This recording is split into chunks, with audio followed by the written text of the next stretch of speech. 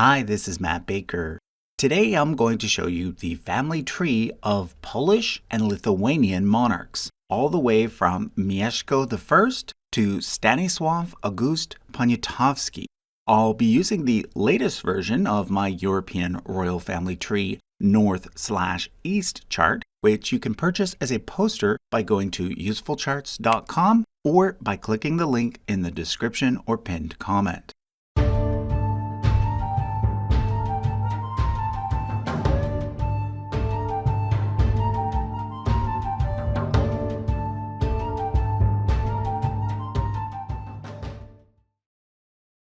According to legend, there were once three brothers named Lech, Czech, and Rus.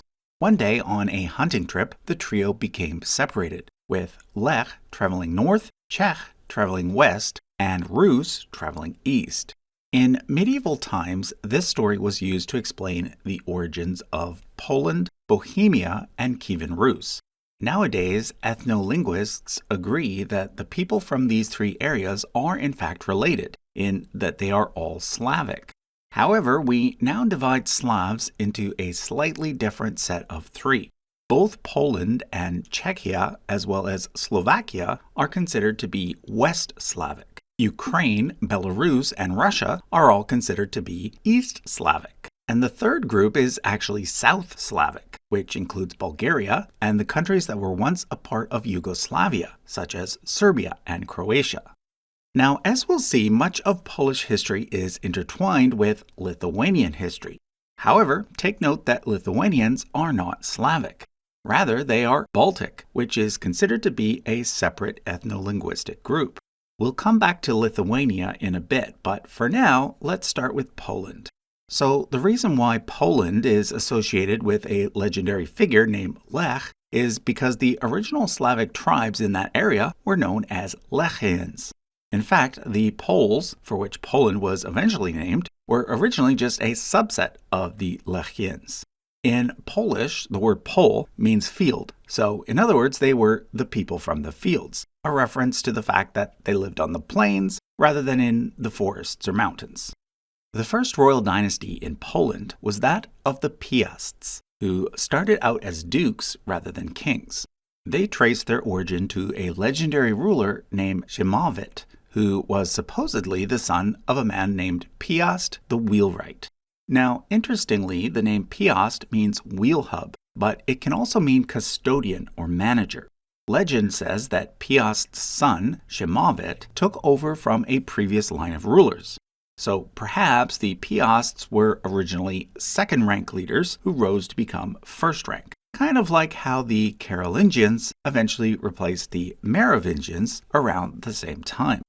Szymowic's great-grandson, Mieszko, is the first member of the Piast dynasty that we have firm evidence for as a historical figure.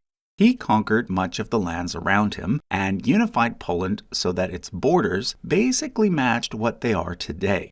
He also married Princess Dubravka of Bohemia, who was the niece of Saint Wenceslas of Christmas Carol fame. Previous to this, Mieszko and the Polish people had been pagan, but at this point he and his entire court converted to Christianity in an event remembered today as the Baptism of Poland. Like Bohemia, Poland adopted Roman Catholicism. This is in contrast to the East Slavs, who adopted Eastern Orthodoxy. Mieszko was followed by his son Bolesław the Brave, who continued to solidify Poland's position as a unified Christian state. He started out as a duke like his father, but was eventually crowned as Poland's very first king. Originally, this was thought to have occurred in the year 1000, during a visit from the Holy Roman Emperor Otto III. Supposedly, Otto placed his own crown on Bolesław's head, declaring Bolesław to be his brother and hence his equal. However, it is now believed that Bolesław was actually declared king in either 1024 or 1025, which was just after the death of Holy Roman Emperor Henry II. You see, at this point, the empire found itself without an emperor for a few years, and it is thought that Poland took advantage of this and elevated itself to the level of kingdom by bribing Pope John XIX. This move proved consequential for the rest of Polish history because it set the stage for Poland to remain independent of the Holy Roman Empire, unlike Bohemia, which didn't get its first king until 1085, and even so remained a vassal to the emperor. I also want to point out Bolesław's sister, Świętosława, who, according to some sources, was married firstly to Eric the Victorious of Sweden, and then secondly to Sven Forkbeard of Denmark and Norway. This would make her the mother of the famous ruler Canute the Great. However, other sources have both Sven and Eric marrying a Viking named Sigrid the Haughty instead. So there is some uncertainty over whether or not these two women were actually the same person or two different people. But let's return to Poland and continue down the Piast family tree. Although Bolesław I had 3 sons, he decided to leave his entire kingdom to his middle son, Mieszko II. This resulted in the other 2 sons joining the Holy Roman Empire and Kievan Rus in waging war against Poland. Eventually, Mieszko II was forced to give up his crown, and Poland fell into a decade-long period of instability in which there was a short-lived pagan revival. During this period, there may have been an extra king named Bolesław, but perhaps due to his support of paganism, he doesn't show up in most records, and for this reason, he is generally referred to as Bolesław the Forgotten. This period of instability came to an end in 1040, when Mieszko II's son, Casimir I, was able to restore the dynasty's hold on power. For this reason, he's known as Casimir the Restorer. One of the first things he did was move the Polish capital to Kraków, which is where it remained for the next 6 centuries. He also made peace with his neighbors, most notably Kievan Rus. As you can see here, he even married a Kievan princess, who was one of the daughters of Volodymyr the Great. However, Casimir did not take back the title of king. Instead, he was simply known as the Duke of Poland. He was followed by his eldest son, Bolesław II, who did eventually become king, but was shortly thereafter deposed and replaced by his brother, Władysław, who went back to simply being a duke. It was during the reign of Władysław that Ashkenazi Jews started to migrate en masse from Western Europe to Eastern Europe. This occurred as a direct result of the First Crusade. You see, the fervor brought on by the Crusade led to widespread persecution against Jews in Germany. However, in contrast, Władysław welcomed the Jews into Poland, where he offered them protection and a life without any restrictions. Anyhow, Władysław married Judith of Bohemia, and together they had Bolesław III, who ended up becoming the last monarch to rule all of Poland for quite some time. You see, after his death, Poland fragmented into several competing duchies, each ruled by a different branch of the Piast dynasty. The first ruler to once again try and unify all of Poland was Przemysl II in 1295. However, less than a year after being crowned king, he was assassinated in a botched attempt to kidnap him. At this point, King Wenceslas II of Bohemia claimed Poland for himself, a claim that he then passed on to his son, Wenceslas III. But then slowly, a member of the Piast dynasty from a different branch, Władysław I, managed to unite Poland under his rule, and he got permission from the Pope to be crowned king in 1320. This time, Poland would remain united for the next 475 years, with the title King of Poland being in constant use that entire time. Perhaps the most important thing to happen during the reign of Władysław I was that an alliance was formed between Poland and Lithuania. This was highly unusual because at this point the Lithuanians were still pagan. To set the stage for what will follow, let me back up a bit and tell you more about them. Like I mentioned earlier, the Lithuanians were not Slavic. They were Baltic. In fact, they were just one of several Baltic tribes that existed along the eastern coast of the Baltic Sea. Others included the Old Prussians to the south and the Latvians to the north. During the 1200s, there was an attempt by crusaders to Christianize the Baltic tribes by force. This attempt was partially successful, with the Teutonic Knights taking control of Old Prussia and transforming it into a crusader state. which would later become known as the Duchy of Prussia. They were not, however, able to subjugate Lithuania. There, a powerful leader by the name of Mindaugas rose to power. In 1253, he pretended to convert to Christianity in order to dissuade the Teutonic Knights from attacking him further. This occurred around the same time that the Mongols were invading Eastern Europe, and therefore the Pope offered Mindaugas the title of king as an incentive for him to fight on behalf of all Christendom. However, when Mindaugas died, his successors reverted back to paganism, and thus they lost the title of king. They were instead known as Grand Dukes. By the time Władysław I of Poland died, the Grand Duke of Lithuania was Gediminas, who is the one who founded the city of Vilnius, Lithuania's capital city to this day. The next king of Poland, Casimir the Great, continued to have a fairly good relationship with him and his successors, although there was some tension because both countries were trying to conquer the nearby kingdom of Galicia-Volhynia in what is today Ukraine. In the end, they basically split the area between them. Casimir the Great also initiated several important building projects and reformed the laws of Poland, earning him the title of the Polish Justinian. He also continued to welcome Jews into his kingdom, like his father had. However, one thing he didn't do is produce a male heir, despite being married 4 times. Thus, when he died, the throne of Poland passed to his sister's son Louis, who also happened to be the king of Hungary. However, the union between Poland and Hungary did not last because when Louis died, he split his dominions between his 2 surviving daughters. The elder sister, Mary, received Hungary, whereas the younger sister, Jadwiga, received Poland. However, Jadwiga was only 9 years old when her father died. Plus, she was a female, and Poland had never had a female monarch. Therefore, a special arrangement with Lithuania was made, which became the first step in the eventual union between the 2 countries. You see, at this point, the Grand Duke of Lithuania was a grandson of Gediminas named Jogaila, who was in his early 20s. Between 1385 and 1386, the Union of Craiveau was negotiated, which involved Jogaila converting to Christianity, marrying the now 13-year-old Jadwiga, and serving as co-monarch alongside her, taking the name Władysław II.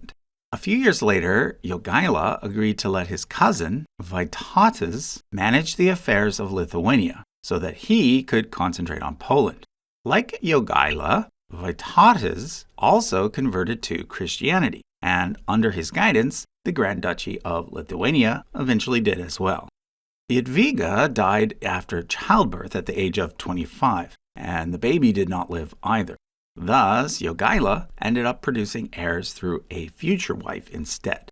This marked the beginning of the Jagiellonian dynasty in Poland. When Jogaila died, his firstborn son was named King of Poland as Władysław III, and his second-born son, Casimir, was eventually named Grand Duke of Lithuania. You see, the plan was to once again make each country independent. But that didn't happen because Władysław III died in the Battle of Varna against the Ottomans. This was a key battle because it solidified the Ottomans' position in southeastern Europe for the next 450 years. Thus, Casimir, the Grand Duke of Lithuania, became Casimir IV of Poland as well. He became the longest ruling Polish monarch of all time at almost 45 years, during which time he managed to defeat the Teutonic Order and absorb much of their land into Poland. However, by the time he died, his firstborn son had already inherited both Bohemia and Hungary through his mother, and thus Poland was given to his second-born son, John, and Lithuania to his third-born son, Alexander. But as fate would have it, the 2 realms became united under a single monarch yet again, when John unexpectedly died in 1501. But then, 5 years later, Alexander died as well, meaning that both Poland and Lithuania were passed to yet another brother, who became Sigismund I. Unlike his older brothers, Sigismund lived into his 80s, and thus became known as Sigismund the Old. His reign also coincided with the Renaissance, and therefore during his tenure, Poland entered a golden age in terms of art and science. For example, it was during this time that Nicholas Copernicus lived in Poland and developed his theory of heliocentrism. Anyhow, Sigismund I was followed by his son, Sigismund II, also known as Augustus I.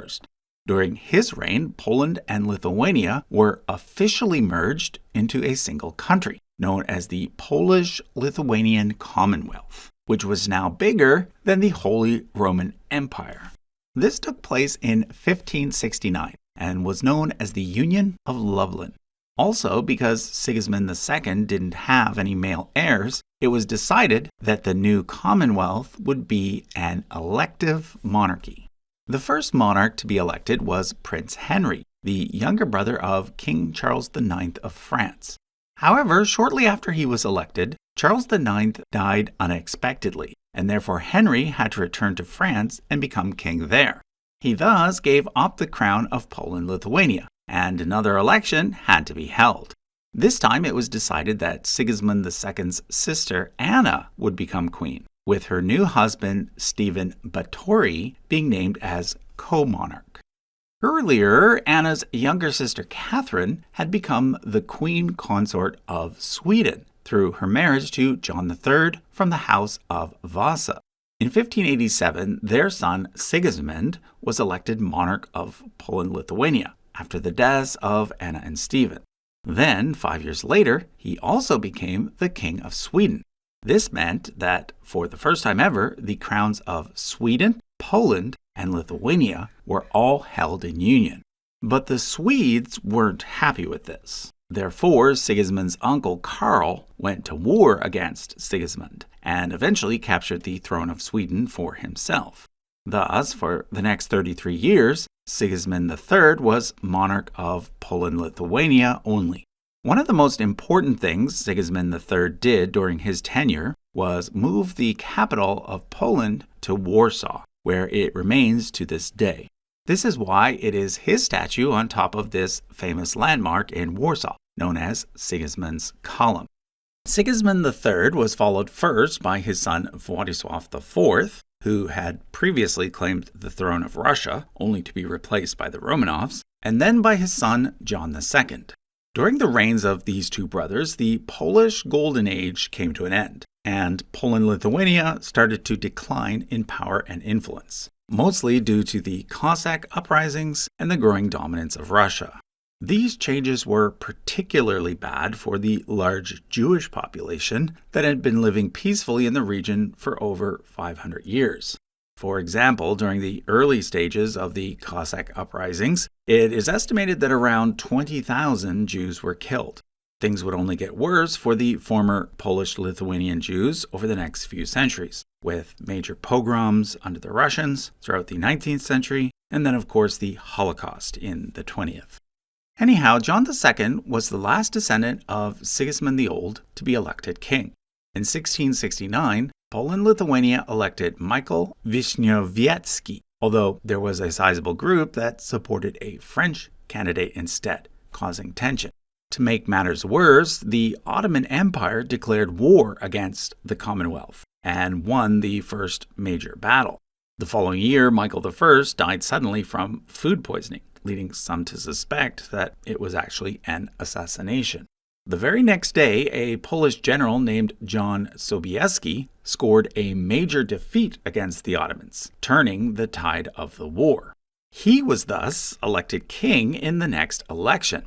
His most famous victory, however, occurred in 1683 at the Battle of Vienna, where he once again defeated the Ottomans.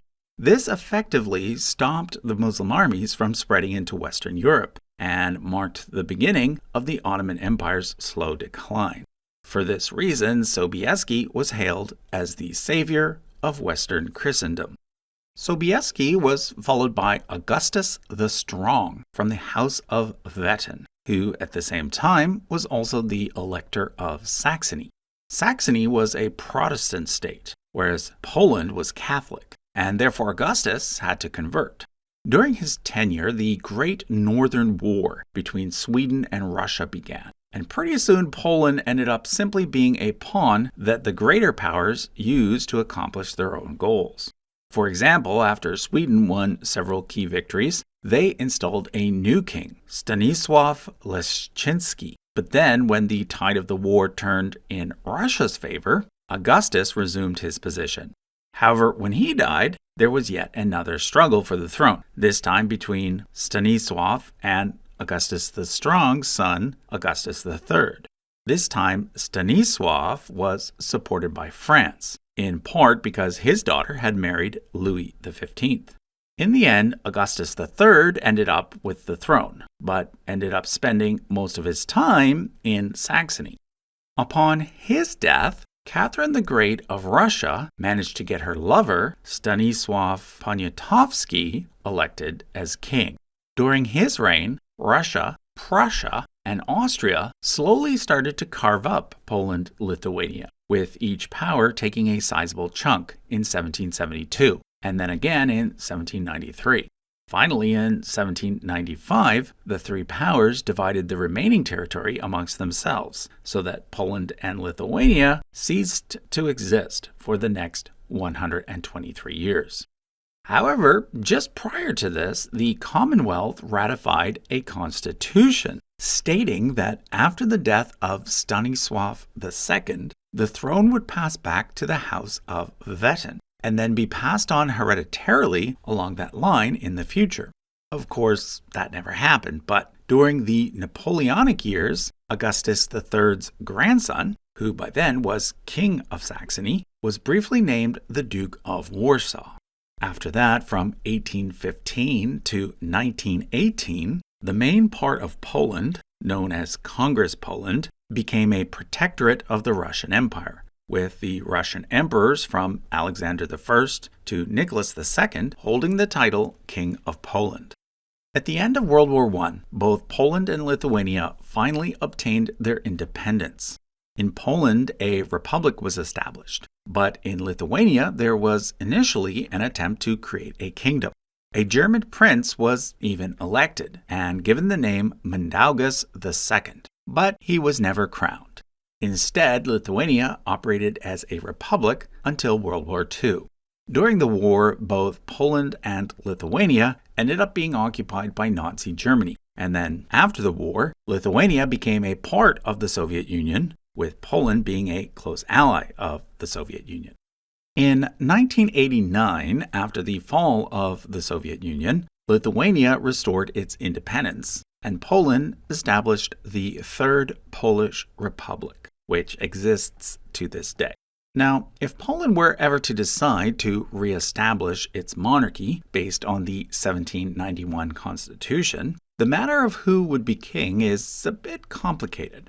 As I mentioned in my Who Would Be the Monarchs of Germany video, there are currently two individuals who both claim to be the rightful heir to the royal house of Saxony, and hence to Poland as well. These are Prince Alexander and Prince Daniel. As for Lithuania, if they wanted to crown the heir of Mindaugas II, that individual would be Prince of Uruk. Okay, so that was a look at the family tree of Poland and Lithuanian monarchs. If you want to get a copy of the chart as a poster, don't forget to head over to usefulcharts.com by clicking the link in the description or pinned comment. Thanks for watching.